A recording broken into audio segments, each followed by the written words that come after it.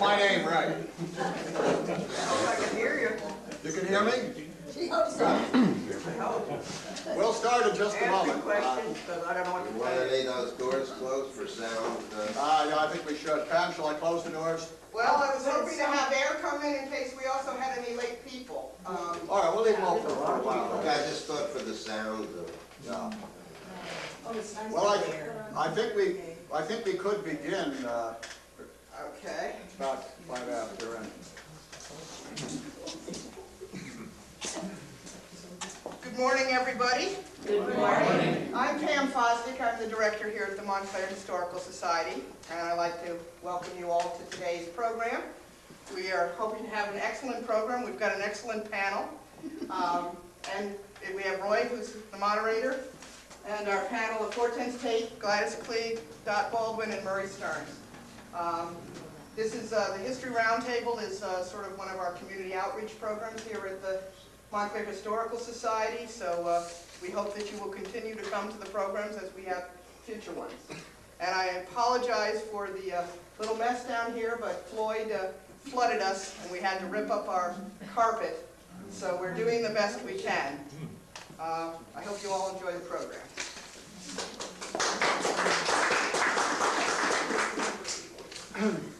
can you all hear me sitting down? Yes. Because I don't think I can stand up for 2 hours, so I'm going to stay here.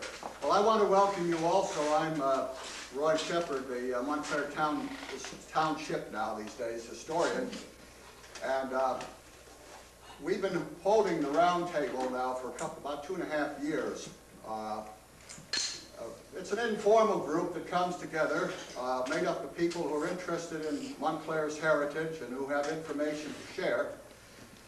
But at this particular time, it seemed appropriate to us as we come to the end of this rather tumultuous century, a century of certainly great change in Montclair as everywhere else, to bring together some of the people who have the longest memories of this place. So we have a few here, and they wanted to know what sort of things we would ask them to talk about. So I have a list here, and after I introduce them very briefly, we will take up some of these topics.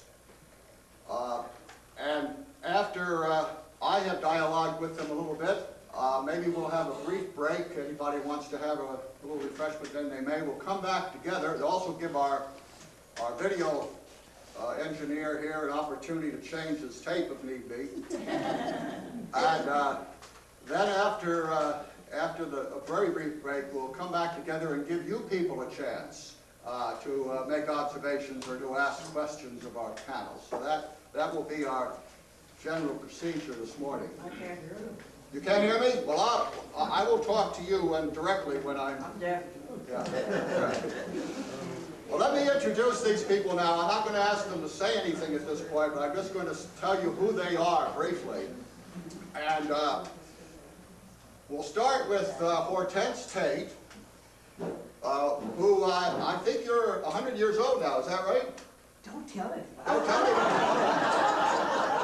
Yes, I am. And you came to Montclair about 1921, was it? 1921. I was the present, Valentine present to the YWCA. Right. So Valentine's Day.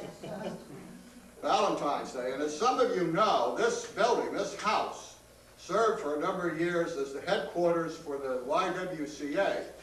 So Mrs. Tate is very familiar with this house. Absolutely. I'm not familiar with this. Not this, no.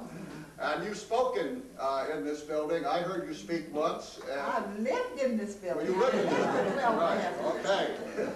I mean in recent years, since they made it into a museum. So you have that gives us over 3/4 of the century. Now our next guest here, Gladys Clegg, was born in the year 1900, right? And you'll have a birthday in December. No, February 2nd. February 2nd. So you're already 100. No, then you'll be 100. Okay, I'm sorry.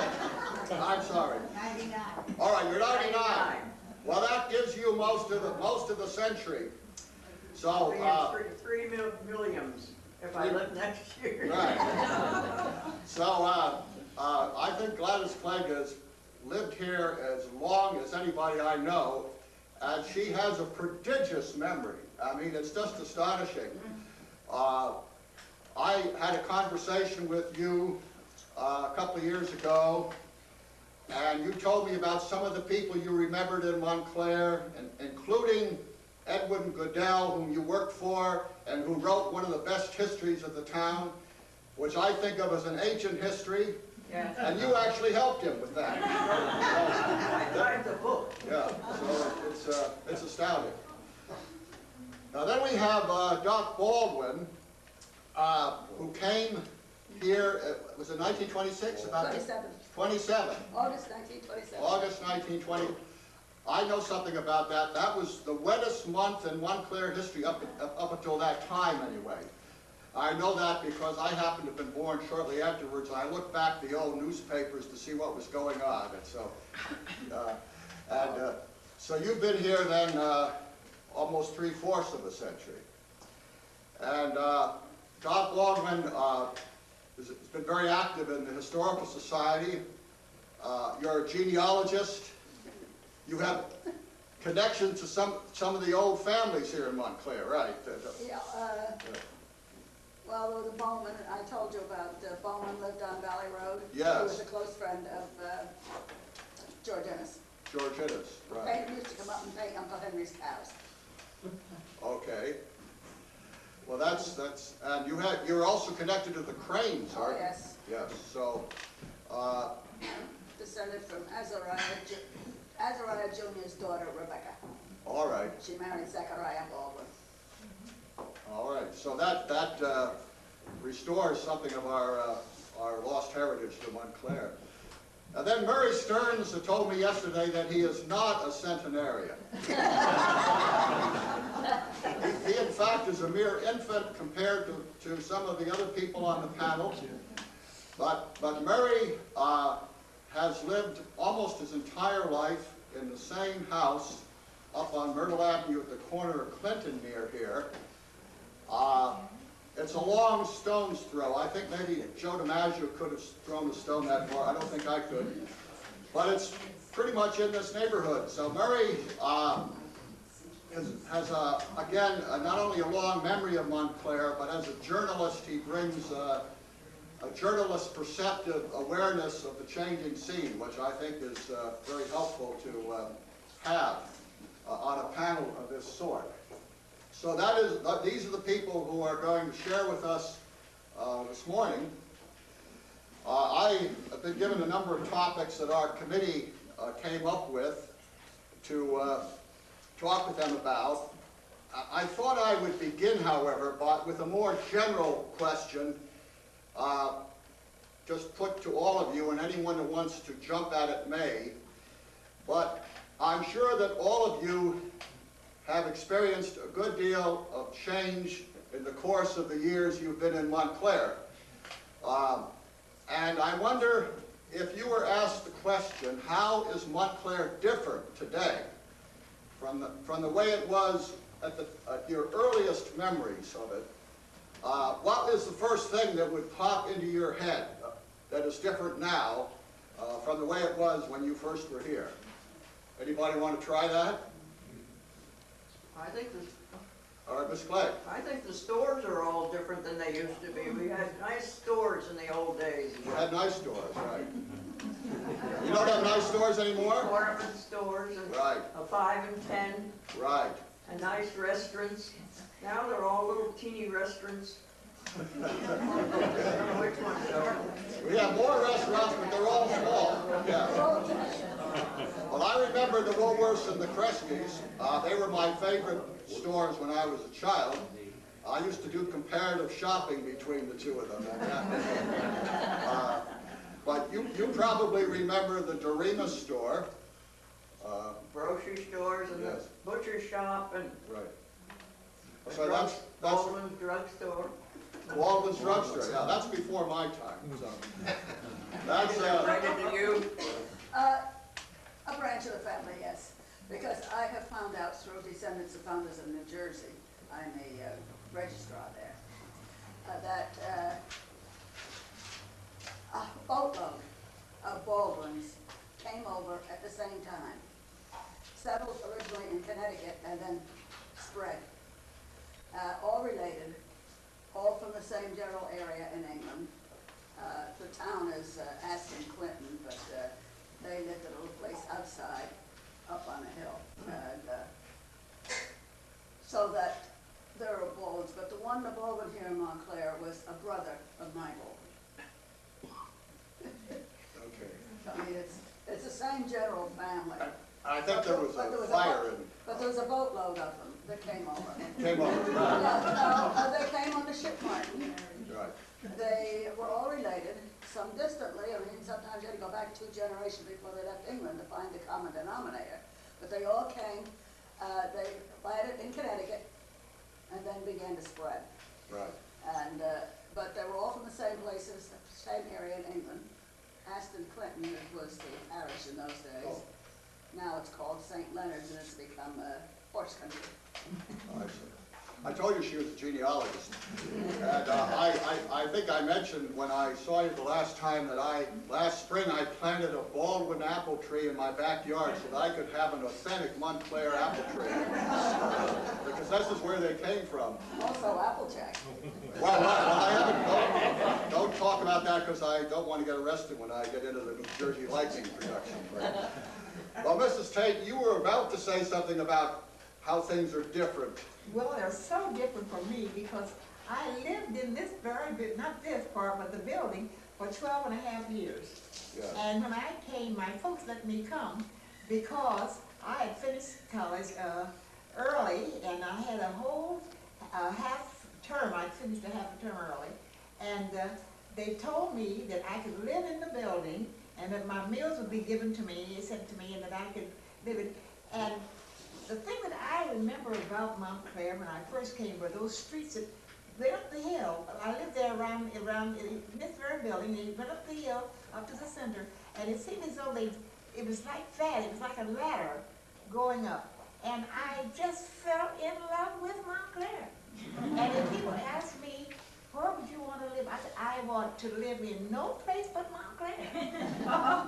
Professionally, they say if you're in a profession, you should perhaps stay at a place maybe 10 years and go on about your business. But now, I don't want to go anywhere but Montclair. That's the way I feel about it. That's how much I love Montclair. Because when I came, the streets were, you went up the hill. You didn't go flat like you do in Washington or you went out in Kansas where I came from. The streets were like that. But you went up the hill. And every time I went up the hill, I was happy about Montclair. That's great. I'm glad we have another fan here. I think that's the reason that most of us are interested in the history is because we love the town so Oh, much. I love it, yeah. But about the hill, the mountain, the first meeting we had at the Roundtable, we had a guest who is a man who was putting together a catalog on the works of George Innes, the artist. And along the way, he showed some pictures with a hillside in the background, and I said, you know, that's Montclair's mountain.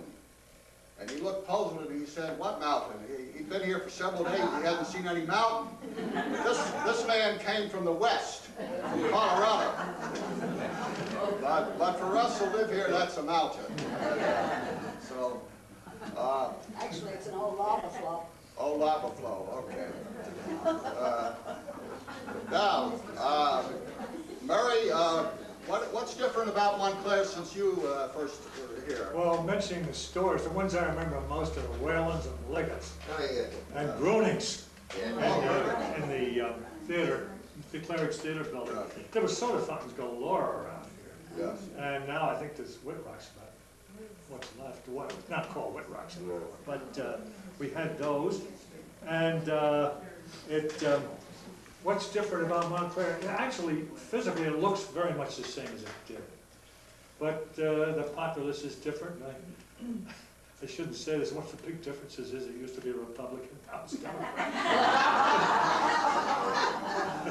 That's right.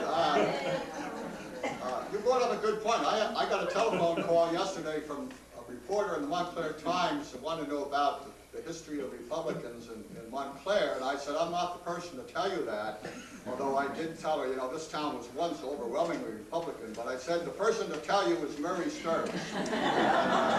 So I directed the reporter to him. Well now, one of the things we thought we might like to talk about is neighborhoods. We mentioned that Murray lived most of your life in the same neighborhood. What was that neighborhood like 100 years ago? The thing I remember a lot is we had personalities, if you will. Across the street from me, on the corner of Clinton, lived Emerson Brooks. I don't know whether any of you have ever heard of Emerson Brooks. He was founder of the Boy Rangers of America. And he, you know, in scouting in those days, you had to be 12 to be a scout. And this was for younger boys. Clubbing was in its infancy. And Mr. Brooks, we had meetings. You had to join the Boy Rangers if you lived in the neighborhood, because he'd collar you on the street. He wore his ranger uniform all the time. He had a corduroy in the winter and a khaki in the summer. And if you wore a business suit, you knew he was going to New York. But Mr. Brooks, I think, was a friend of President Hoover. He was quite influential. And in 1939, they came out with a picture of Mr. Smith Goes to Washington with Jimmy Stewart. That was dedicated to the Boy Rangers. Oh. And Mr. Stewart in the play had been, in the show, had been a Ranger leader before he became president. And where the funds went, I think some of the funds went to the Rangers, whatever happened to them, I don't know. But Mr. Brooks also, the schools do not generally allow people to come in and proselytize in the classes. Mr. Brooks got in. And, oh, some of the characters around here, there was an old fellow, we called him Rose Petals. He had a beard with flick, with red, he wanted swinging, climbing down the street, he didn't want to get in the way of that cane.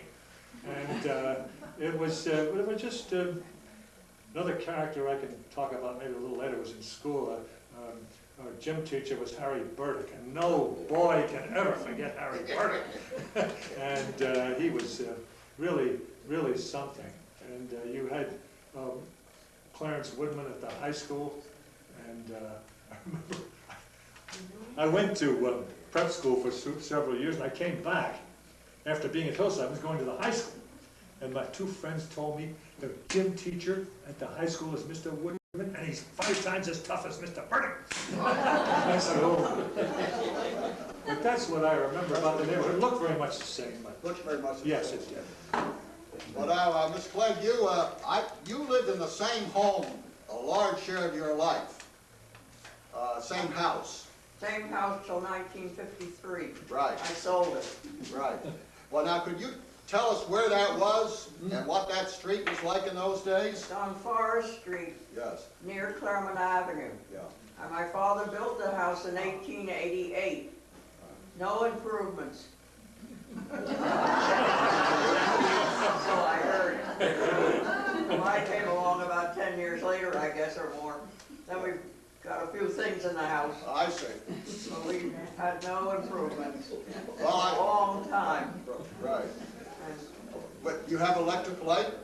no, No. we had lamps, All right. oil lamps, and then we got gas, and then electricity, and, well, we had no bathrooms, all washstands and old-fashioned things. Northeast corner. And I went to, you don't want me to No, talk go ahead. Go ahead. This is great. Go ahead. about school?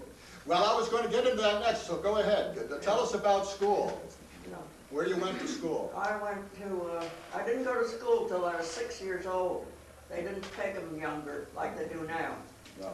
And it was at where Munn's Tavern is. Yes. I was in that. Right. And then I went over to primary school in that yellow building. And from there to Hillside. And then to the high school. And I had to walk to all these places. Of course, we had no cars. No. You know. Now that was And we had a From nice, from your home to the Munn's Tavern, everybody know where Munn's Tavern is? on Church Street. I Yeah, walk up Church It's Street. now been moved behind the Covenant Church, but it was at the corner of Church and Valley Road. So you There walked- yet. Yes, and you walked all the way there at the age of 6 from Yeah. Forest Street. Yes, up Church Street. I know a lot of people on Church Street. There was Dr. Halsey and Ridgedale's. All The right, library wasn't there then, no.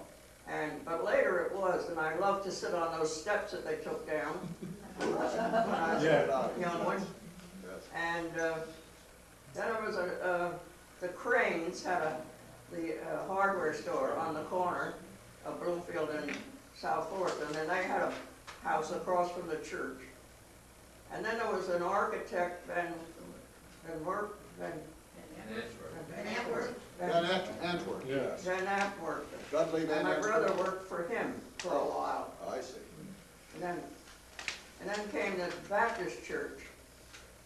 And then there was a Carter family, two sisters, way up the corner of Valley Road up there, Okay.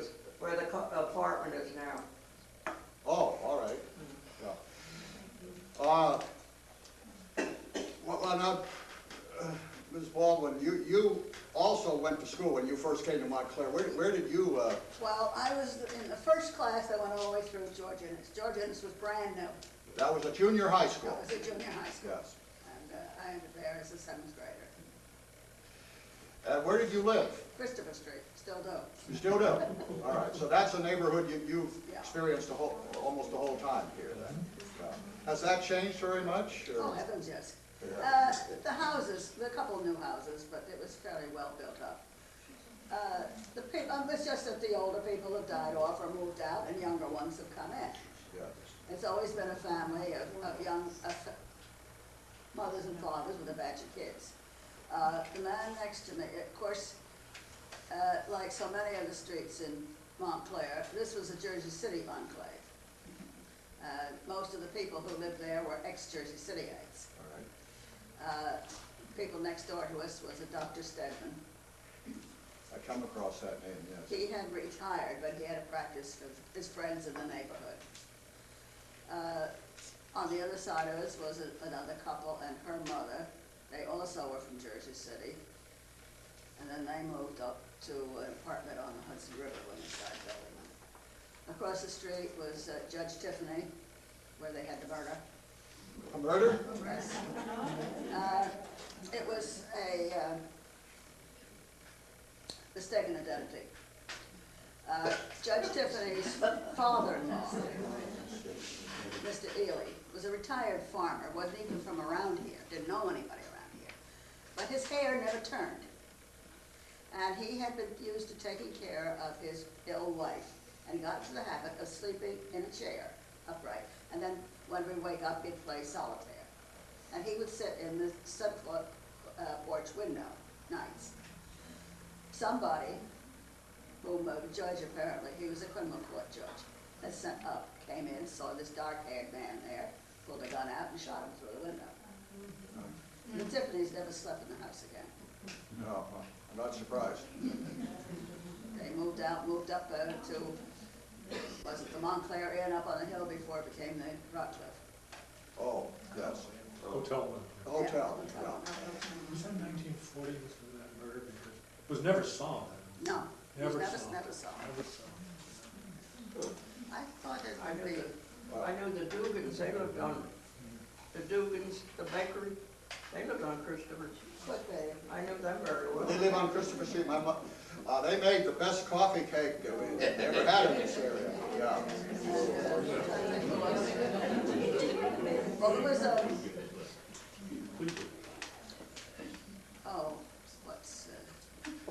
another family up the street that's, they had two houses, I can't remember the name right now, but I can remember him coming through with a horse and wagon. Okay. Well, maybe it'll come to us as we go along. It's one of the old names in town. Right. Ernie, Yeah, Hinks. Pink. There were two. Oh, Hink Ernest families. Hink. Ernest, thank you. No, there were two Hink families in town, on Christopher Street. Right, well, One below me. Christopher Street was named for Christopher Hink. Yeah. Developed it. There's one house that was lived in by Hinks up until fairly recently. And then Mrs. Mahler lived there too, because she was a Hink. Oh, I didn't know. And How did she spell Mahler? Moller. Okay, yeah, I think I knew somebody in that family. Yeah. Yeah. And they lived that's just 2 houses down from Columbus on the west side of the street. The other Hink family was further up, up on the block between McDonough and Bloodshot. Of course, the McDonoughs lived there too. And the street was named for them. Yes, Yeah. and that house is interesting in that originally you entered from Grove Street. And you came in a long drive. But it had a wraparound porch on. So when people started moving in, they got too close for Mr. McDonough. So he turned the house around and put the front door in where the back door had been. So now you entered from Christopher Street. And they sold the property down below. And then even that got too confining, so he moved up to West Caldwell, North Caldwell, the block there. But when we moved in, his sister and father were still living at the McDonough house. Well, that's very, we do have a lot of characters in Montclair. I remember recently I saw this strange-looking man walking up Valley Road with his feathers sticking out of it. A short time later, there was an article in the Montclair Times about it. Oh, yeah. When I was very young, my mother knew the Armenian rug dealer who ran town every day in what somebody called his union suit. Arslanian. Yes. We bought all our rugs from him. See, Melker and Arslanian. And he ended up living in a tree up at Theodore. Lake. That's what I was told. I went in search of it once, but I never found the tree. I saw it when he was still around. In the middle of. All right, well, maybe we should move on to Mrs. Tate here. Now, you said that you lived in this house at first, and this house was down on Glenridge Avenue. Yes. Uh, I watched this house, I stood there in the rain and watched this very house move out past the station up Bloomfield Avenue, and it was quite a sight because whoever saw a whole house being moved in Montclair. I walked from there on up to the place where it was put and watched it go on where it is now. And I cried, and I cried, and I cried. Why? Because this was the YWCA, which had meant so much to the African-American people who lived here in Montclair. And anything they want to know about people, they would come to the YWCA to find out. Because we were the one group in town who was all African-American. See, the YMCA had the uptown and it was all together that way, but we were the only one. And the person who was head of it, I think she was just either trying to help me or she was a little tired. But I did so much representing. If they had a parade, our little girls were in it, and I was in it. For everything that happened in the town in Montclair, from that time on, they would, it meant for African Americans to take part, we were in it. And I'm telling you, I love Montclair. I could live many places, but I don't intend ever to live anywhere but Montclair. after you moved out of the Y and you were married, yes, where did you live then? The first place I lived was on what's the little street there? Isn't that awful? It was a great big house, and we lived in, my husband and I lived there, and then we bought a house on Elm Street. Elm Street. And we Okay. lived at the corner of Elm Street and Orange Road for years, and that still is my little house. And after my husband died, I went over in the park one night, and I looked, and through the doors, you could see everything that was going on in my house. And I got frightened to live there by myself, or to have anybody in there with me. So I sold it. But that was where I've lived in Montclair. I'm telling you, friends, there is no place in the world for me to live but Montclair. I feel that way about Montclair because Montclair has everything you would want. It has beauty, it has culture, and it has everything. And even everybody had to go out of town really. If they were doctors, they had to go out of town. If there were, this was what they call a bedroom town. Yeah. Why? Because people can't get to go to bed. And that was the kind of town. But now look at Montclair. It has everything that you would want in Montclair, and that's the difference. Okay, well now one of the topics I guess that we thought we might talk about a little bit was churches. I know that some of you at least are quite active in a church. I know that Miss Clegg is. Yeah. Could you tell us a little bit about your experience at the Presbyterian Church? Well, I was baptized in the Episcopal Church. Oh. My father was Episcopal. And I don't remember going, he taught Sunday school there. And I never went there to Sunday school. I was the youngest of 4. And my mother was Presbyterian. So she said, it's too far for you to walk to the Episcopal Church. So go to the Presbyterian. So I went to the Presbyterian after that. But you remember when Central Presbyterian was built? Oh, sure. Yes. I went to the one on at the center, the old one. The old one. Yeah. I wonder if everybody knows where that was. Remember that. Where the Clare Ridge Theater is now, the Hink Building, and that was built by Ernest Hink that we just mentioned. That's where the old First Presbyterian Church was, and that was the center of the community. It's too bad they tore it down. I have pictures of inside that my brother took that he decorated for various things, little snapshots. And then we went over to Trinity Church on Midland and Claremont. All right. And then they tore that down and built the one that I go to.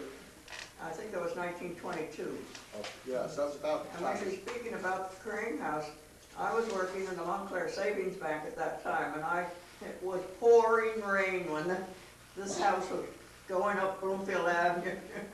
And I walked all the way, I saw it get off of here, then all the way around and on, and saw it on myself. It's a tall lady, I've forgotten who she was now, but I cried, and yet I was so happy for the preservation of it, because then it would be in the history, and it had meant so much to us as a place. And I have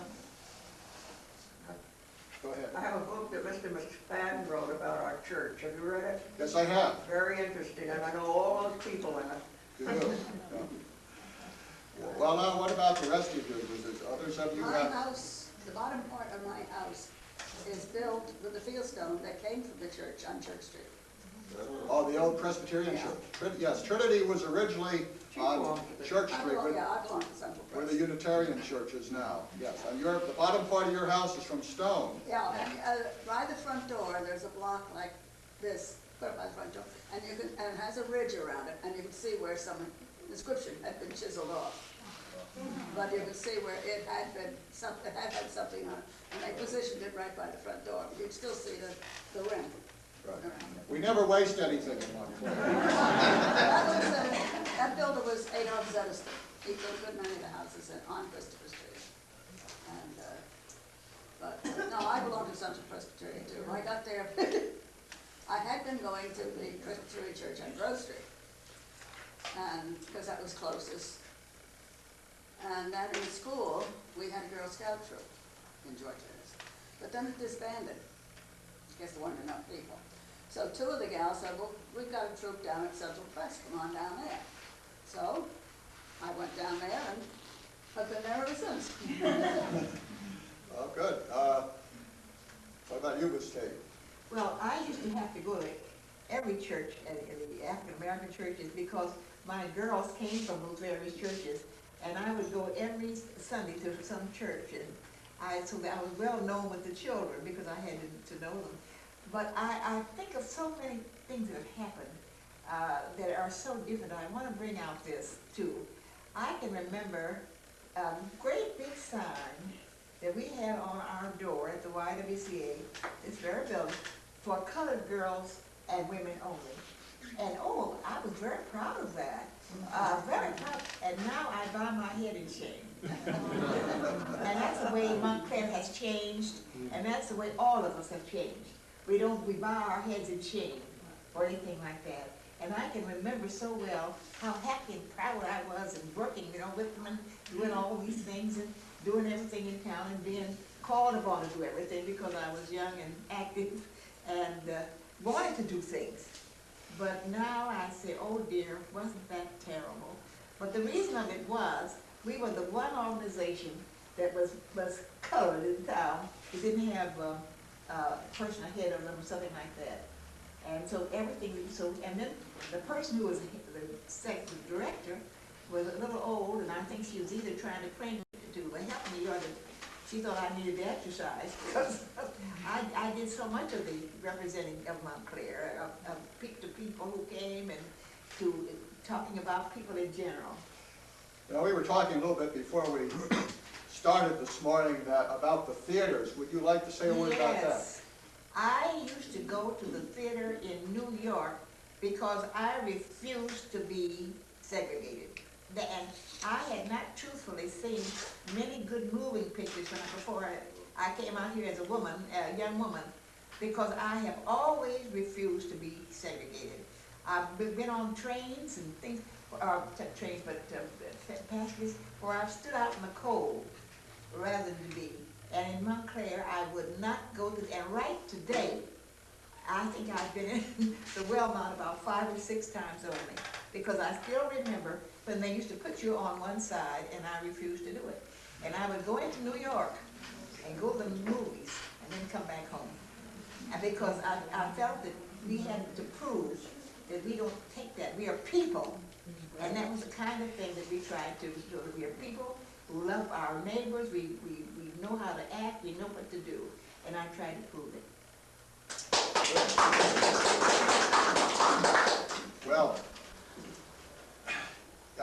Montclair always had a reputation of being an enlightened community, but we were a little slow in some ways, not only with regard to race, but I was thinking recently, even though we had a women's suffrage movement here way back at the very beginning of this century, and a lot of them were Republicans too, because the Republicans, I think, were a little more receptive to women voting at that point in time. They may have changed their minds now. But we never had a woman on our town governing body until 1976 when Betty Evans came out. So that's pretty late, isn't it? And we did get, was it Matthew Carter, the first black man to come on the council, and then he's a commissioner at that point, and then he became the mayor. He comes up about once a month. Yes. Matt still comes up. He always comes to see me, yes. Oh, good. Well, I've never met him, but it took a while for Montclair to advance in that way, and I'm glad you shared that with us. Another thing that certainly is different today is transportation, and I noticed here that Pam wrote down trolleys. You all remember the trolleys, I'm sure. Did you ride them? Yes. But they didn't go out some of the streets, and the poor people had to walk. And when the people who came to the Y would come to the Y, have their trunks there. They would bring their things that they used for that day, and then put them back in the trunks because they couldn't walk all the way up in the hills, because they worked up in the hills, but they couldn't. It was too much to carry. And I used to wonder why they would bring all this stuff back and put them in their trunks. But they had to, because they couldn't carry them up because there were no trolleys or anything going out that street. Yeah, up on the big homes in the hillside is what you mean. I don't know, now I'm not up on hillside, I'm talking about Orange Road. Yeah, all right, Yeah, yeah. not this way. Not that way. And I used to see them coming here, and I feel so sorry for them. But it was because they couldn't carry the things in their arms, you see, and they worked in these places. Well, that's true that we had quite a trolley system, but it did not go everywhere in Montclair. No, they weren't that street at all. What about you, Ms. Clegg? Did you ride the trolleys at all, or did you just walk? No. I had grandparents in Orange, and we used to take a trolley over to Orange. Yeah. And Well, we went to Newark on the trolleys to the stores, and Upper Montclair had the open trolley, and that was wonderful. What were some of the stores down in Newark that you went to? It was Bamberger's and Haynes and Schraff's. Ah, yes. We had to go there for clothing. Oh, yeah. The ones in Montclair weren't, didn't have all that. No, you had Chapman's stuff They were around No. here. the department stores. And they all the department stores, they delivered here too. Montclair and Yeah. Kohl's All right.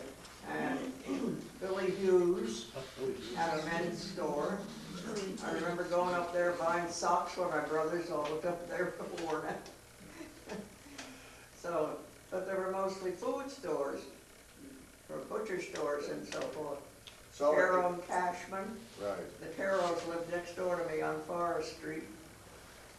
And they had a butcher store up on Bloomfield Avenue. My brother was the architect of that building. Oh, he was. And now your father worked for a florist, as I recall. What was the name? What was the name of A.S. that? Wallace. Say that again? And I had the pictures of that place, and I gave them to her by mistake. All right. And that was across the street from the Methodist church. And it was a florist, and my father worked for A.S. Wallace when he was young, and he stayed with them for 52 years. All right. And they had greenhouses in the back, and then Mr. Wallace died, and my father took over, and then he sold it to Mashman. So, Well, Murray, I know you remember the trolleys. Did you ever commute by train to New Oh, I York? certainly did. I used to do when I worked in Newark, of course. And it was nice because you got on, went right into the city subway. You didn't have to change, you went right into this different, now you have to get off and change to the trolley. They lasted, that was, Bloomfield Avenue line was one of the last in the state. March 1952 was the last run. The Valley Road, I don't remember. That's a little out of me. But I was going to say on transportation, I grew up in Montclair. I think I loved three things: streetcars, steam engines, and commission government. And they're all gone. Well, The young people's group from Central. so we're going downhill, you think? In some ways. But there were two railroads in town, of course. There was a Lackawanna and the Erie. And we boys loved the Erie because it was steam. They'd electrified the Lackawanna in 1931, but we loved the steam engine. We used to hang around Watchung Avenue and watch the commuter trains come in. And it was one of our big things. But I remember lying in bed with trolleys from the back room of my house, hearing them groan up toward the academy. I miss them too. Baldwin, did you ride the trolleys and trains and so forth? The trolleys we used to use, not trains more. The trolleys we only used are young people's group from Central Presbyterian Church. We had a very active young people's group, and we were on the road as much as possible. And during the war, when we couldn't use cars, we took to the trolleys. And we used it, there was a swimming pool in Caldwell. Oh, And that was where we were. that's where you went by trolley. That's where we got from. Yeah, there was a car barn way out there in West Caldwell. Some of the trolleys went all the way out there. They didn't stop at Bell Street. They went right on. I used to take the trolley up to Cole, Monadnock Inn, Yeah. and they had concerts that I went to. I think I walked to Verona Lake often. From your home? And then we used to walk a lot to Eagle Rock. They had steps that went up to Ties. And I think there was a trolley that went up to that from Orange. Yes. There was? Well, I never rode it, but I've seen postcards showing it, So yes. we walked, you see, we were right near the center. Yes. So did a lot of walking. Right. Well, that's amazing. I don't suppose Now I any, can't walk. I don't suppose any of you remember horses and buggies in Montclair. I didn't hear. Any of you remember horse-drawn vehicles? Oh, sure. Yeah. The milk. The milk and the Dugans. Dugans.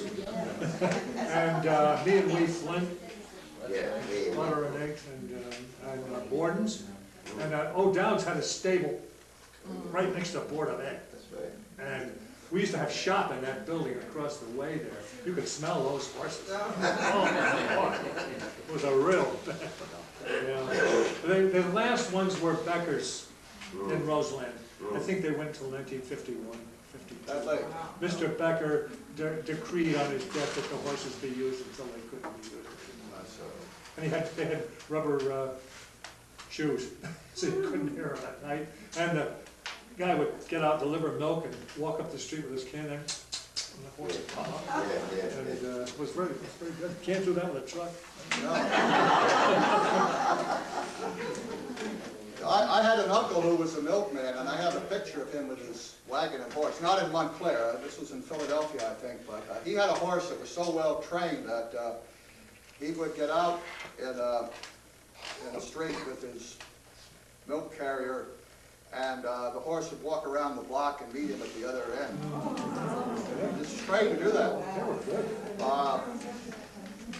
Well, now, this isn't on the list, but I know, knowing of Murray's interest, and I know some of the rest of you would certainly remember some of our local political figures in Montclair.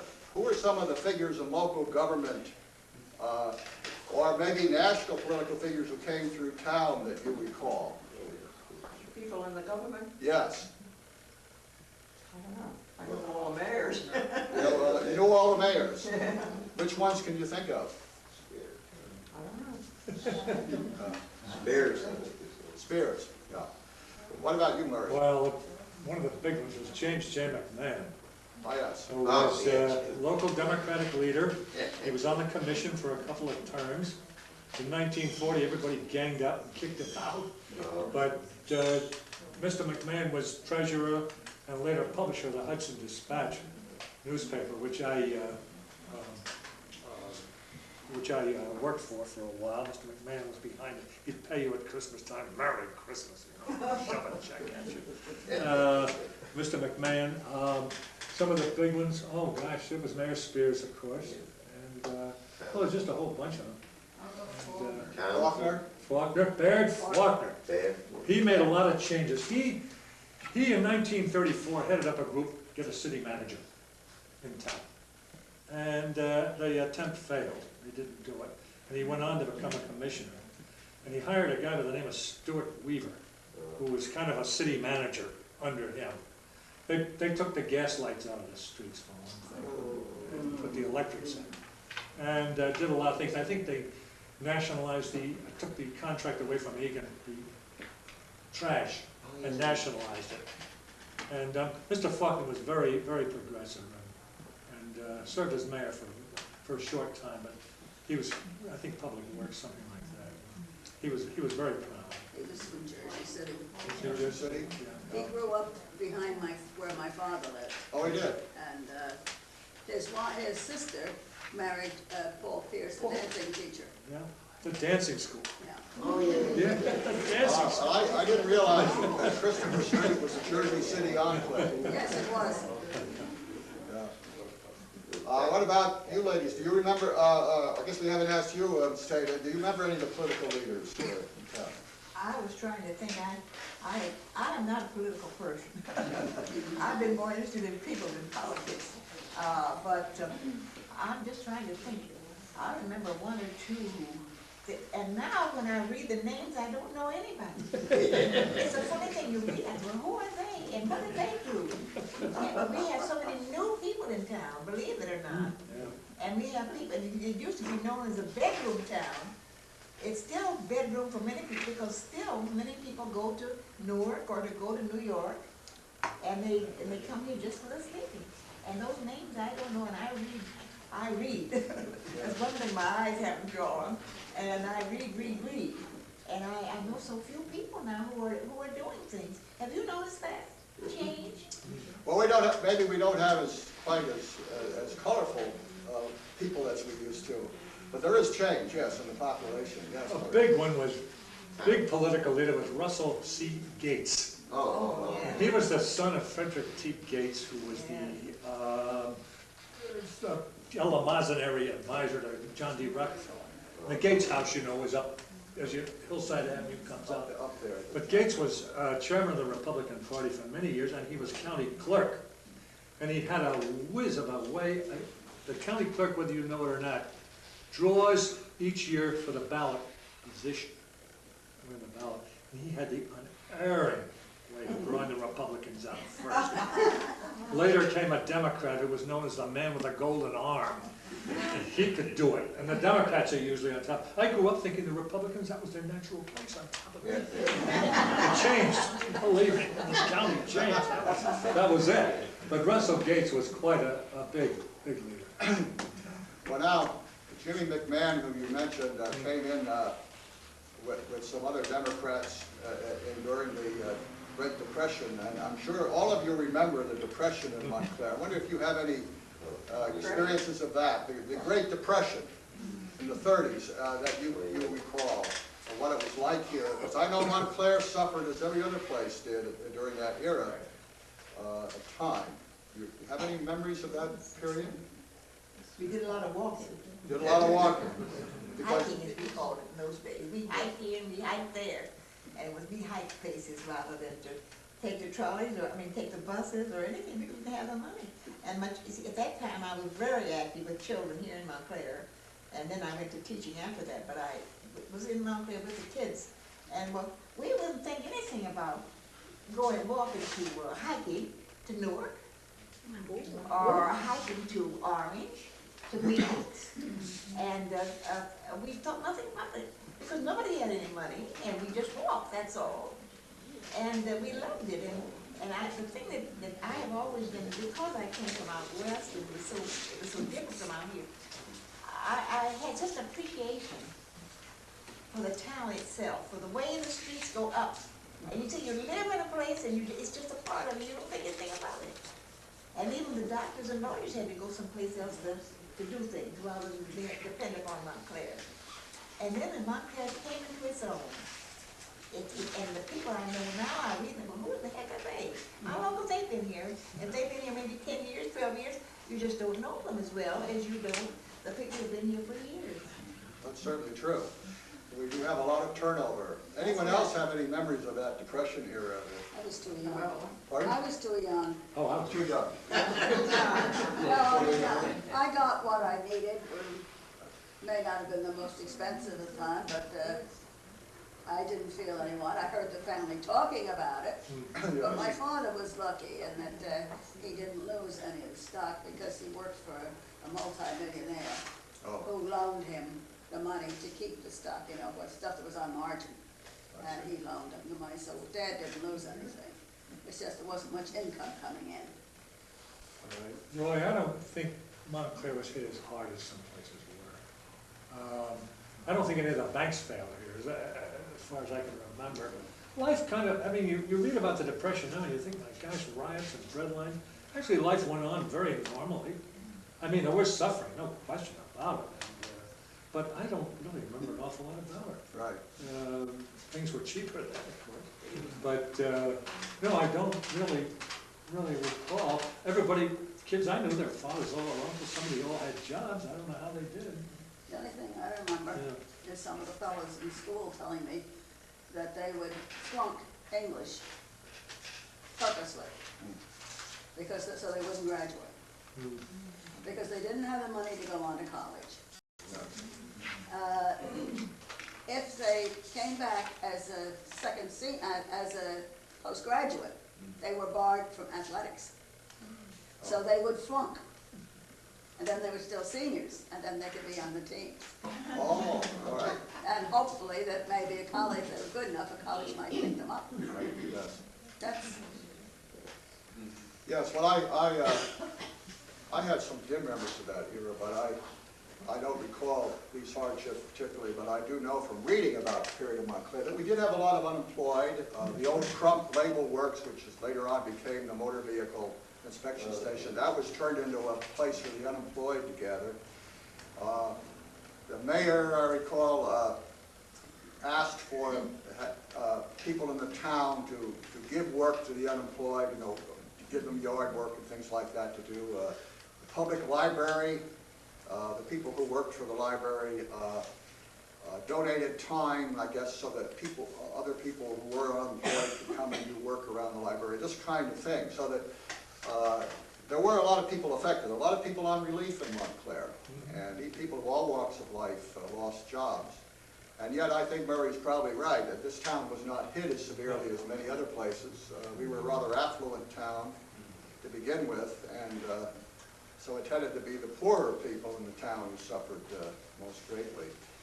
Well, let's see. I'm going to ask, we've already talked, one more question, and I'll suggest we take this little break.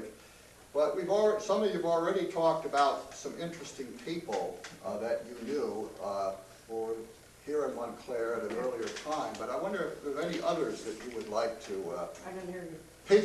People whom you knew, who made an impression on you in an earlier period in Montclair history. You talked about some of the political leaders, and you mentioned some of the strange characters, but were there others? I think Matt Carter certainly had his impression in Montclair. All right, And tell us about him. Well, Matt Carter, I like to boast about it because my husband sold property to him, and he stayed in our home the first night they came to Montclair. Oh, he did? And we felt very close to them. But he became mayor at one time, you know, and he gave so much. He still comes back to meetings here in Montclair about once a month, and he never comes to town without calling me up to see if I'm all right, which I appreciate. And but he's done so much. He did so much for the town. He got respect. First of all, he was able to get the respect of the town, and I think he was one of the ones who, being the mayor, and being the kind of person he was, I think he added to the understanding of people in Montclair. Good. Yes, I noticed there's an article about him in the Montclair Times not too long ago. They interviewed him, I think, again. And they've got a whole little building down there named for him, you know, now. Yes. Yes. Who were some of the colorful people you knew, Ms. Clegg? I remember you mentioned to me, I think you remembered, do you remember Harry Emerson Fosdick when he was? Fosdick? Yes. Yes, I remember him. I have an honor. Oh, you really? Most of the people. He and I were honored one time at the same time, and there was an article in the paper, and I'm throwing away things because I live in a small, apartment. I can't keep everything, but I couldn't throw it away. Where he and I got honors at the same time. You and Harry Emerson Fosdick. Yeah. What was that in connection with? With understanding, racial understanding. Oh, I see. Yes. You remember, I didn't mean to get us narrowed down on ministers, but one of the people I know who was active in trying to promote racial understanding was Norman Fletcher. Do you remember him? Oh, do I? Yes, he was just wonderful. I have a picture taken with him too that I Oh, you do? that we were honored at the same time because of the work that we tried to do. Any other, yes, Murray? Something I remember, I don't remember even what he looked like, but hearing about him was the truant officer, Mr. Bartels. And boy, I'll tell you, any child even thinking of praying cookie, Mr. Bartels was a holy terror. He'd come into a movie theater right out. I mean, he had an uncanny sense of who was in there, and he'd come in, oh, Mr. Bartels. Oh, I never encountered him. But I think he did more to keep attendance up in the Montclair schools than anyone else. All right, well, why don't we take a break for just a few minutes? We do have some refreshments, and then we can come back together and give other people a chance to ask questions and whatever they want to do. So let's do that now. Can we bring you something? I remember Harry Burton. Oh, some fellas are going to keep your mouth shut. Just talking to me like Pancho. Yeah.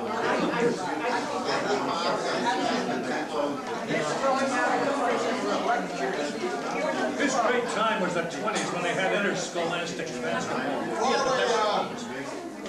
Before we start again, I have a couple of announcements.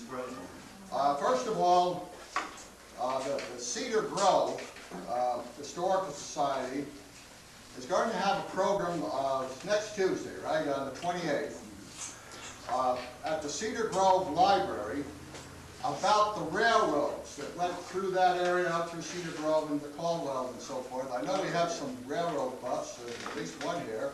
And so that might be interesting. It'll be at 7:30 in the evening at the Cedar Grove Library on the 28th, is that right? It's right on 23. It's a, oh, you mean on the date? Yes, 28th, the yeah. library is right on Library the is just 23. behind the municipal building. All right, right behind the municipal building. Then October 16th, same, 10 o'clock again, that's a Saturday. We're going to meet in front of the YMCA on Park Street, weather permitting. And he himself is going to guide us around some of the interesting old properties on both sides of Bloomfield Avenue, going down Fullerton and then up around in a kind of a circuit, part of the central business district and some of the properties on the side streets that are very old and have interesting histories behind them. So that'll be next, on October 16th at 10 o'clock. We will meet outside the YMCA, not the YWCA. And we hope that you can come, and we hope the weather will be good. Finally, if you're not on our mailing list, we'd like, and you would like to be, I have a sign-up sheet here, which I'll put right here on this table by the door, and you can put down your name and address and telephone number, and that way you will get communications from us about our future events at the local history roundtable. All right. Also, if you're not a member of the Historical Society and want any information about the society, over on that table there you'll see our brochure, our latest newsletter, and some of our historic skills classes. So if you're interested in becoming a member or getting any of this information, you can pick it up over there. All right, now, at this point, we'd like to give the rest of you people a chance to ask questions of our panel, or for that matter, if you have memories to share, you're quite welcome to do that too. I don't think anybody out there has been here quite as long as Gladys Clegg has, but some of you have been here, I know, a long time. So we'll throw it open to the wider congregation. Does anyone have a question they'd like to ask any of our, or all of our panel? I think you were going to ask them what schools they attended. Did we cover All that? right, we didn't get to that. That's true. I think Ms. Clegg told us a little bit about that, but what schools did you go to, Ms. Clegg? I went to the kindergarten, Yes. and then the primary school, where the Board of Education is in that yellow building. Yes. Then I went to Hillside, I graduated from there. Then I went to the high school, and it was the first year it was new. Right. And that was quite a walk for me, way up near going to Virginia. And I used to go home for lunch and back again.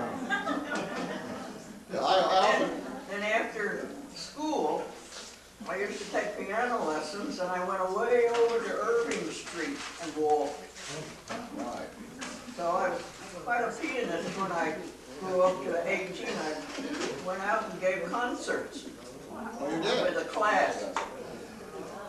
Then I started work in New York, and I gave it all up. When you tell me about all the walking you did as a child, I'm tempted to quote from the theme song of All in the Family. Those were the days when women were women and men were men, and children were children. So people did a lot of walking in the old days. I didn't think anything of it. Everybody walked to school. You didn't ride these buses everywhere. Now, Murray, where did you go to school? Well, I want to say that. I went to Spalding, which is no war. And there's no saying, you're not an old South Sider unless you went to Spalding School. Now, that was on the hillside playground, to the right, just to the north of Hillside. There was the old high school. And the high school moved out in 1914, and it became an elementary school. And in back of Spalding was the old St. Luke's Church. If the original St. Luke's Church, of which the street is named. The church got out of there in 1889. It was the boys' gym. And gosh, I remember going to it. And but Spalding was torn down, and the building was only a terrible old building. They said 40 years old. Gosh, the schools today are twice that. I mean, the high school is 82, I think, 84 years old, something like that, the present high school. And Watchung is even older. But here was Spalding, got to tear it down. Watchung is 100 this year, I 100, yes, yes. But, oh, what, Spalding's too old, we got to tear it down. And a big yellow building with a tower, I can see it now. Remember the name of the school was named after? Well, Randall Spalding, who was our first superintendent of schools, I think. Right. And, gosh, some of the teachers, after 7th grade, Miss Service. Oh, Miss Service, she'd start each year with, "My name is Service, and I'm here to be of service to you."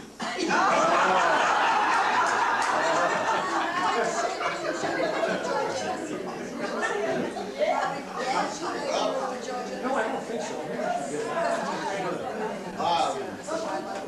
Yeah, English, yes. Dorothy, you went to school in Montclair too. Yes. Where did you go? I went to George Innes, Oh, yes. and then the high school, Then the high school. yeah, and some of the teachers I know. I kept putting off taking science courses. Oh, I don't know about that. Biology, no. Well, my senior year I took it. I had Mr. Hodgson, and he was a great teacher in more ways than one. But I discovered I liked it. I majored in zoology in college. Well, I think a particular teacher can make a big difference. A teacher I remember best at Montclair High was a man named Leslie Bird.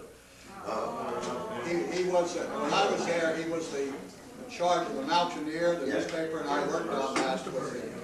But he was a character, and if somebody wasn't paying attention, he would take a blackboard eraser and throw it at them. And it was a complete turnaround. But we had Randall Spalding, whom you mentioned, developed one of the finest school systems in America in this town, and he was one of our great people. Are other questions? Well, then there was Mr. Harold Augustine. Yeah. I was Oh, gonna mention Harold that. Augustine. Yeah. His classes were a lot of fun. Taught American history in seniors, and you learned your history, but you had a lot of fun doing it. He was also active in the dramatic club and the opera club. Oh, he sang. Yeah. Oh, Augustine. Yeah. Oh, yes, I remember him.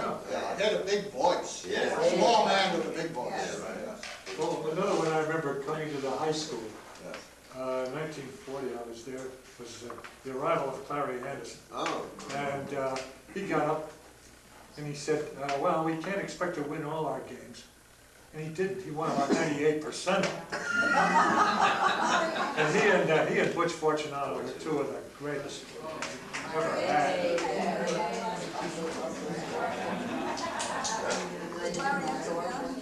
Yeah, he was young. Oh, yeah. I think he was in my class in high school. I think he was. Your class in high school? Yeah, I 1930. graduated in 33. Yeah, he was. One thing I remember very well was the fire of the Congregational Church. Oh, yes. Terrible. Terrible fire. 1914. I Cold think. night, Yes. and my brothers ran up to it, the copper shingles were falling off, and my brother made some kind of a watch fob out of the copper. He was something. Yes, the First Congregational Church in Montclair certainly is one of our largest, maybe it is our largest church building, certainly largest Protestant church building.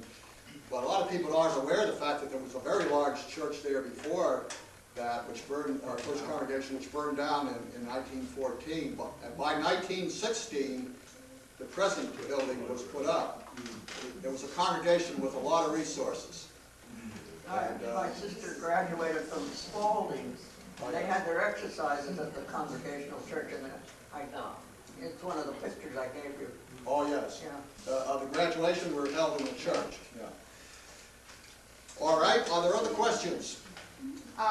My parents lived here at the time of my birth, but I've only just recently returned. I'm very much a newcomer, and one thing I would like to know is when you speak of Montclair, as you are today, does that include Upper Montclair, or is that separate? Montclair and Upper Montclair is the same thing. It's merely two post office. The line is Watchung Avenue, and then anything up there, yeah. Yeah. We used to have a trolley connecting the two, but it's not there anymore. Yeah, it's all part of one town. And there's a lot of false impressions people have about the upper part of the name, I think. Yeah. Upper Montclair was merely north, so that Watchung Avenue was the dividing line. The north side of Watchung Avenue is 07043, the east side is 07042. But that goes from Ridgewood Avenue right on up. I'm curious, though, did the distinction originate as simply north of Watchung, since really zip codes are quite a new phenomenon? No, they've spoken about it before that. I think it was just because it was north of the central, probably the Upper Montclair Business Center. I know the first store that I ever recognized in Montclair was when my family moved in August, and I got shipped away to the country during the move to get me out from underfoot. And when I came home, I was allowed to ride my new bicycle. Of course, in the city, I couldn't have it. And I was sent to Marcus for lemon meringue. And that was in Upper Montclair. We did have two communities here back in the early day, colonial period, and a little after that. Down here you had Crane Town, and what is now Upper Montclair was Spear Town, which is a Dutch settlement. And there were two distinct communities for a long time. And there was a brief period when the people in Upper Montclair, in the central part there, the business district, called that area Cliffside. And they had the Cliffside Hose Company, and the St. James Episcopal Church was originally the Cliffside Chapel. But I think, I'm not sure this is true, but I think the railroad decided to use the name Upper Montclair on the railroad station, and then that stuck, and that became Upper Montclair there. It's interesting to me, because some people have false notions of Upper Montclair. I've done a few tape-recorded interviews with some of our senior residents, including Miss Clegg here. I interviewed you for a tape recorder. I didn't hear you. I made a tape recording of you. Oh, yeah. Yes. I also did it of another lady who belongs to the Women's Club, Muriel Williams, who grew up on Inwood Avenue in Upper Montclair. And her impression of the town was this. There was Upper Montclair where the young, active, vigorous people lived. And then there was what she called Lower Montclair, where the old rich people lived. So things, the impressions have changed a little bit. I hope the feeling isn't what it was when I was a kid. I think a couple of us were about 10 years old, and through our parents' importuning, we joined a group of boys called the Pathfinders. It was like a sub-scouting group. They met at St. James Church. And we went up there, and we soon discovered we were outsiders. There's no question. I mean, if you didn't go to Mount Hebron, goodbye and don't let that door hit you. I hope it isn't quite that way now. I hope not. Well, their students are bussed all over town. Anyway. It's so different, yes. Yeah. All right, any other questions, Jen? One of you mentioned that the trolley going to Upper Montclair was open, and that was a lot of fun or something. Could you tell something about that?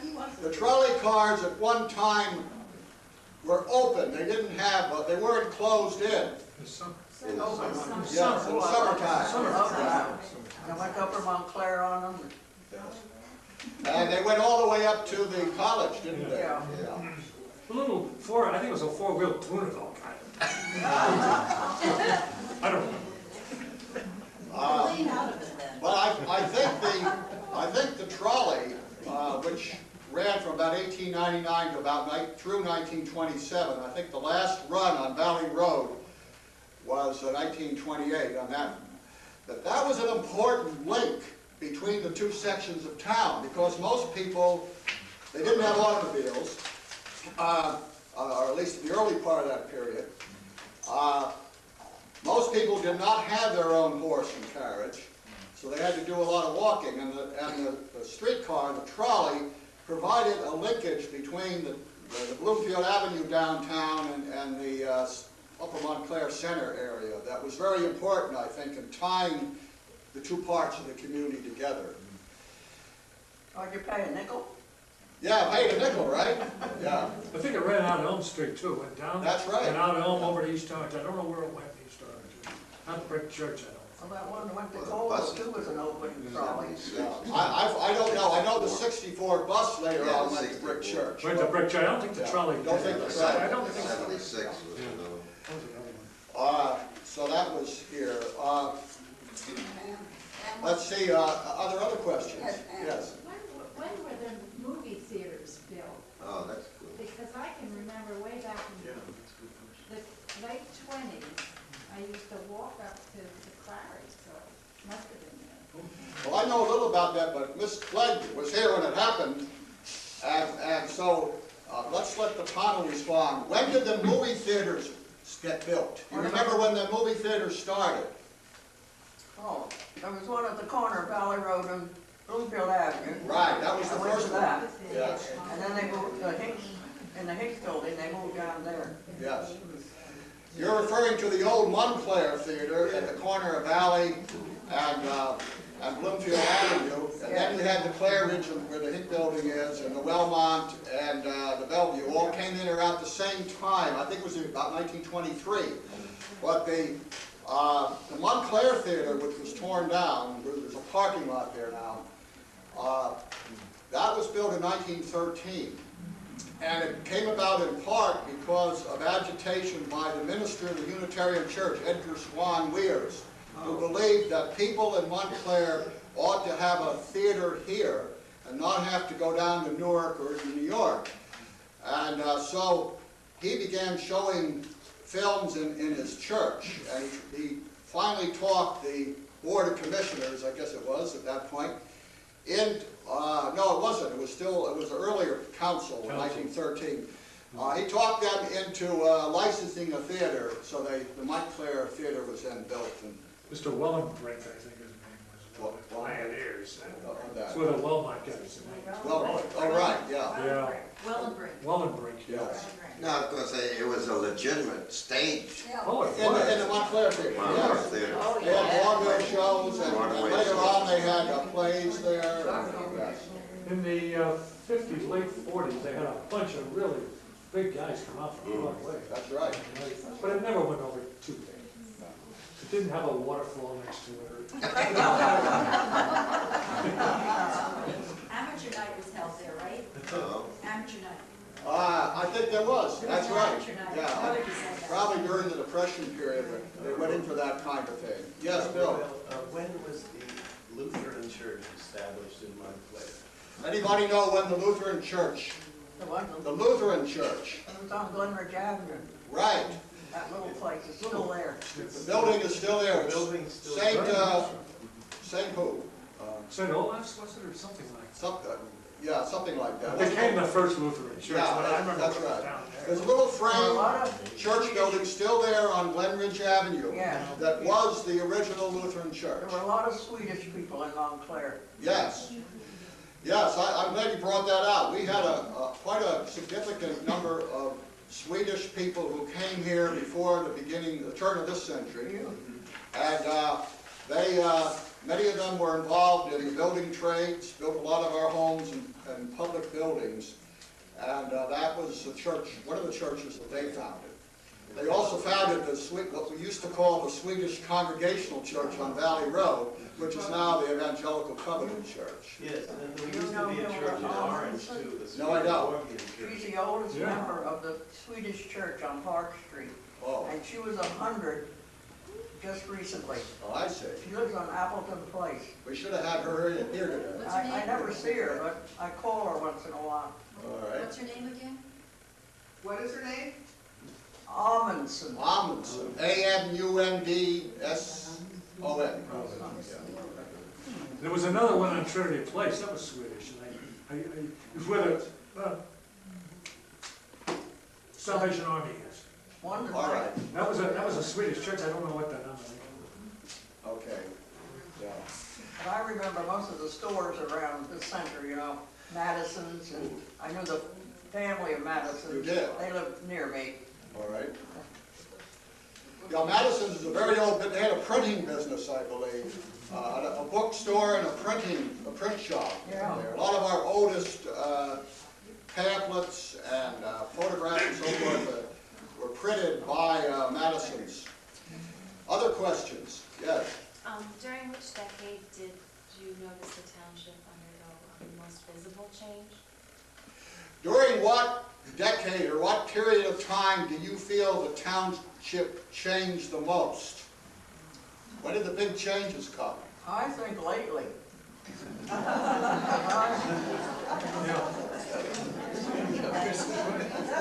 There are so many new people who are still using this as a bedroom. Still, well, that's true. But even the people who commute, though, I think many of them are very involved in the community. Yeah, that's right, yeah. And they're new. I mean, you read the names, well, who in the world are they? And because I am home so much, I read. And so many people, and it really hurts sometimes because I've been here so long and I've been involved so long, and I know that there's so many new people. Yes, there are. Oh, yeah. And they still take this as a bedroom, and they go elsewhere for their business. And they keep revolving. Yes. They want to make nice homes. My family moved here for the simple reason they suddenly discovered that they were spending half their life on the Belleville Turnpike. Their friends had all moved out from Jersey City. Yeah. So that we had to join them. Well, what about the rest of you? Where do you feel the most change occurred? Post-war. Post-war. Post-war. You gotta remember one thing, Montclair used to be quite a bit bigger than it is now. That's right. Population. It was 45, almost 50,000. Yes. Now we're down to 35. Wasn't there a major change in population right after the Civil War when the soldiers came back and they got married and so forth? They were alive. No, but in terms of the growth of the town. Well, I don't know whether it was so much the war, it might have been partly that, but it was the thing that really made the population grow was the railroad coming, the first railroad. And that opened in 1856, and then immediately people started coming out. Some of them built summer homes, but very shortly they began commuting into Newark and New York to work, and that's when the growth came. Sure. But we peaked in 1930, and then we went down during the Depression era, then went up again, but since the 1970 census, we've been going down again. Yes? I know that during the 70s, President Johnson's Great Society changed the face of a great many American towns. Looking around Montclair, it looks like Montclair probably stayed pretty much untouched. Is that true, or do you feel the face of Montclair was changed? How do you feel? Did Montclair, the face of Montclair change as a result of... Glen Ridge Avenue certainly has below growth. Yeah. I mean, that was just some, stores and apartments. Now it's big apartments. Yeah. That's changed. But generally, no, there wasn't really very much change. Great Society, for instance, East Orange, like Darttown, was ripped apart with the Johnson administration, just completely gone. It was a nice little neighborhood. But not here, no, I wouldn't. As Murray said earlier, I'm a person who lived here as a child and as a youth, and then spent most of my life Midwest and Far West and so forth. Came back again some years ago. And I've been through the town a number of times, and my impression was that the town hadn't changed much physically, because most of the buildings, most of the housing was here before I was alive. But the people changed, and other things changed. For example, I discovered that the Republicans no longer had a big majority. I was shocked to see all this fast-moving traffic on Upper Mountain Avenue. Gradually, I became aware of social changes, but the physical aspect of the town has changed much less than most places. Yes? Originally, a lot of Upper Montclair area was farmland. You know, you had Applegate Farms, and you had a lot of other farms up there.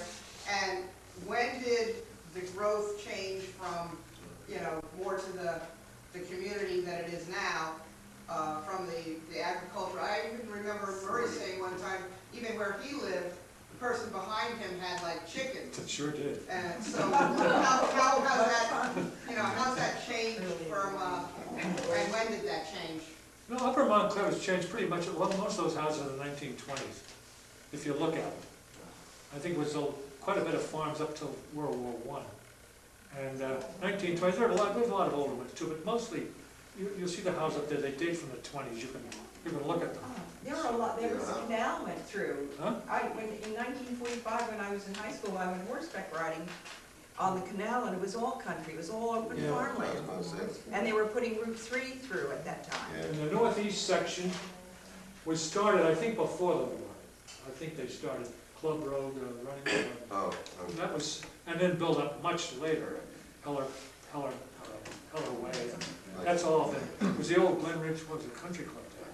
The canal that was down by Grove Street, wasn't it? It's Back where at the Grove Street? parkway runs now. Because I used to ride horseback there too. Yeah, where exit 151 is, there was a farm, and we would ride north, and it's all farmland. I don't remember any of those houses. That's right. We used to ride the towpath. In the farms, you used to go out Grove in the Clifton, you'd buy vegetables. Oh, they had more farms. Emma's, I remember Emma's. Some of the others out there. It's all built up now. Alexander Avenue. Alexander. We used to have a circus up there. Jacobus says yes. Oh, that's where the circus was. All right.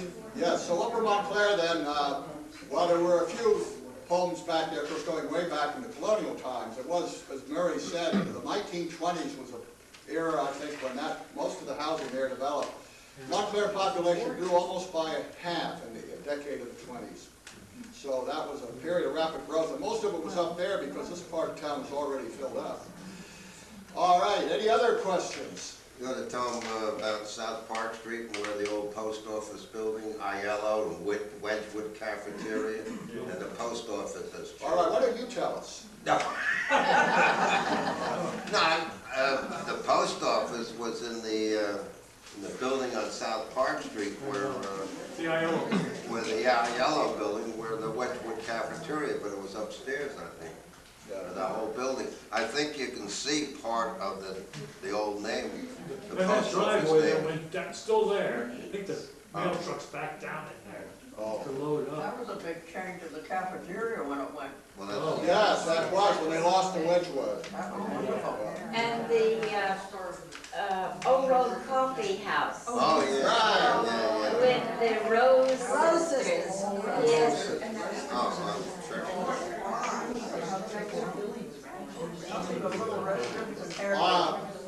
Someone has mentioned the Wedgwood Cafeteria, which for so many years was in that rather attractive looking building on South Park, which earlier was a post office.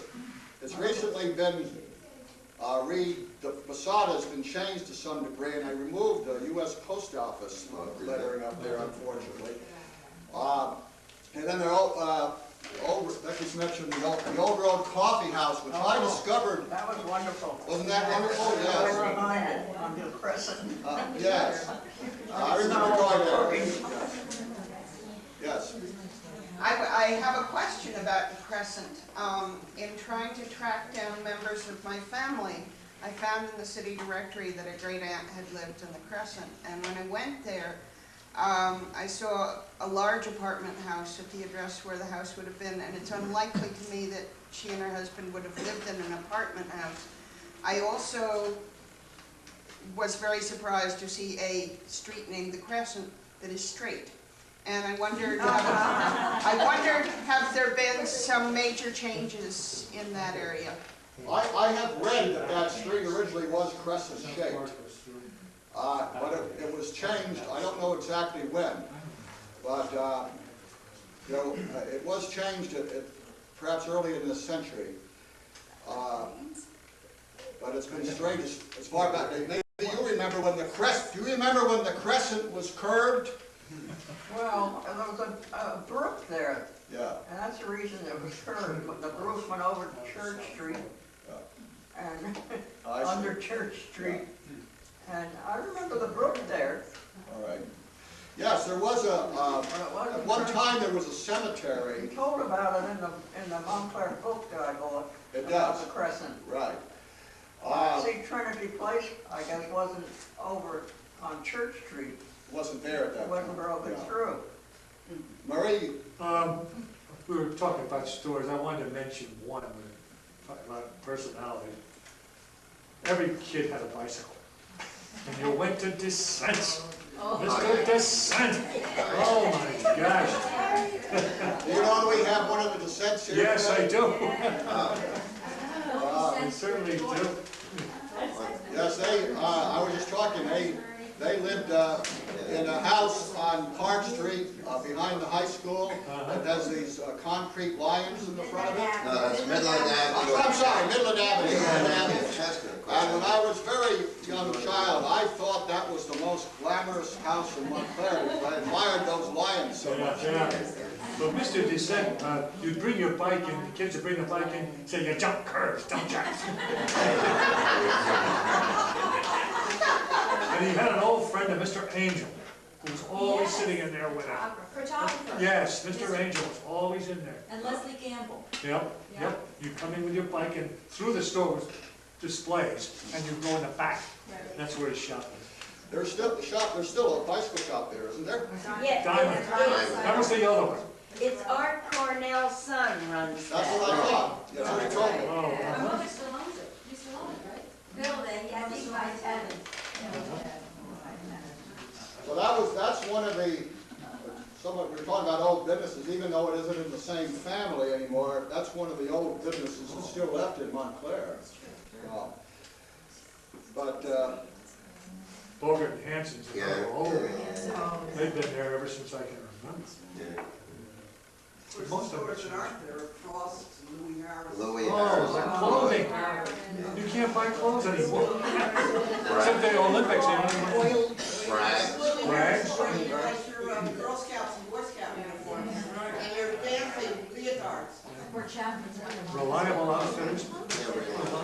that's where I got all my clothes when I was in high school and college, reliable outfits. Russ, Jerry, Bill. All right, any other questions? What are they gonna do with community hospital? Oh, that's a good one. What's going to happen? Were any of you born in I remember community when it was a hospital? house.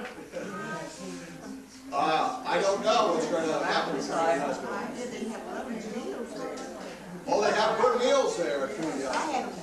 haven't been. That's right. I talked to someone, they have meals for senior citizens, don't they? Yeah.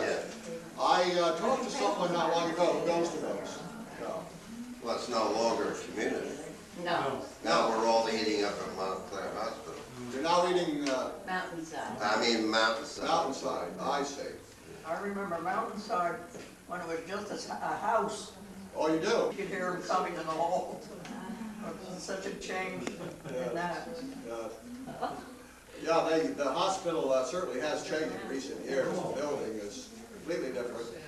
And that nursing home, I think, was earlier Roswell Manor. It was a big private home.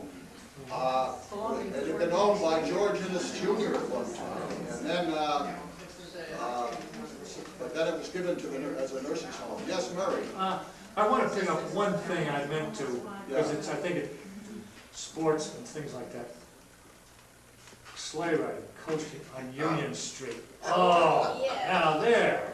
You'd start at Lloyd Road and come right down, police officer at South Mountain, stop the traffic. Then you'd come right down, and gosh, they talk now about Mountainside Park. It's nothing compared to, nothing will ever be like Union Street. But the people who lived up there began to complain. They couldn't get their cars up. And so another place we used to go was the Jensen Noise property in South Mountain. This was the days before you thought so much about liabilities and insurance. Mr. Noyes allowed it, and well, I don't know why, but he did. And we used to ski and sleigh ride right down that big hill. It was great. But Union Street, you couldn't beat it. It was just literally splendid. I'd love to do it again. Some of the old histories talk about people sleigh riding down Bloomfield Avenue, Oh, from the yes. top all the way down to Elm Street. Sure. That's way back. Way back there. Yeah. So this was a great town for sleigh riding. Oh, it was. One more, yeah. This may be inappropriate because I'm lucky enough to be in a room full of people of a certain age, and I'm just wondering if I may ask if anybody knew my father and his family. What was his name? Neil McLeod, Jesse McLeod, Donald McLeod, Not Thomas, and Harry Cole. not Thomas McLeod, Dennis. No. Okay, I thought maybe somebody might have gone to school with him, so, thank you. By the way, apparently the house they lived in on the Crescent is no longer there, but we do have in our library at the Historical Society some old directories, and you might be able to, what years do you think they lived here? The Coles, I think, were always here. I was able at the Montclair Library to find directories for, I think, 27 and 35, Okay. which is where I got the addresses that I did get, so. You already checked that. Yeah, I think their directories now are being microfilmed. Right. And, but that is a very good resource for finding where people live, though sometimes the numbers on the streets have been changed over the years, so you have to. Oh, well, that's a point. All right, maybe one more question, and I think we should call it a day here, because we've given these people quite a workout. Anyone else have a question or an observation? I do have an observation. You Yes. mentioned Norman Fletcher before. Yes. I was a Unitarian, and Fletcher was a remarkable man. But I also want to remind us that so was Dr. Weird, and he was very much responsible for bringing unity and concordance to Montclair. Yes, that's a good point. I remember Mr. Weirs in a very shadowy way, but my mother was a great admirer of his, and he was responsible. He sort of took over where the congregational minister Amory Bradford left off in helping to bring good things to this town, and perhaps his most lasting legacy is the Unity Concerts, which have been going on now for the better part of 80 years. And at one time, the Unity Institute had brought in well-known literary figures such as Robert Frost. Oh, at the Unitarian Church we had them all. Right, and you had, and there were the travel lectures, and so it was a great institution. Fritz Kreisler. And, Bronson DeCool. yeah. So that's right. I'm glad you brought that. What is your name? Well, my maiden name was Bonnet. Bonnet? Bonnet from Verona. I see. But my father worked here in Newark and Montclair, and I spent a lot of my time in Montclair, especially being part of the Unitarian Church. Yes. You know, I feel part of Montclair in a way. Good. Well, I'm glad of that. Well, I think now. I'd like to say that Yes. the Unitarian Church has been wonderful to this town as far as African American people are concerned. So many of the movies, so many of the things that we didn't get a chance to see often, and they would have at their church, and the whole spirit. And I have a picture right now that I'm keeping for, we honored it one time, and I felt so good about it, because they were the ones who started so much of the good stuff that we call, and the real stuff in this town, as far as I'm concerned. I've been here since 21. Yeah, yes, they really pioneered in the area of race Yeah. relations and other aspects of life here. It amused me. I served on a committee that helped write a booklet on the history of the Unitarian Church a couple of years ago. Oh, good. And it amused me that James McMahon, who we heard about, Jimmy McMahon, accused Norman Fletcher, the minister of the Unitarian Church, of being a communist because he was in favor of things like getting rid of the segregation of the theaters.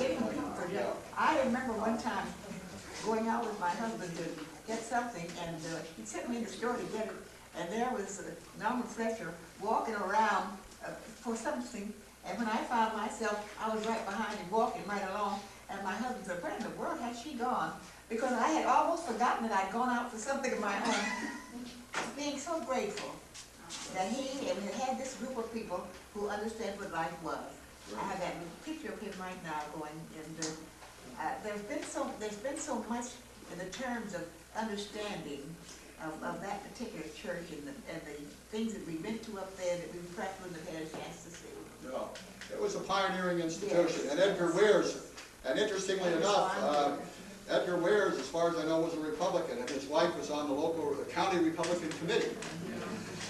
All right, well, I think it's now getting toward the time when we should close. We do thank you all for coming. If you'd like to leave your name on our sheet here, we'll see that you get news about future roundtables. Thank you very much.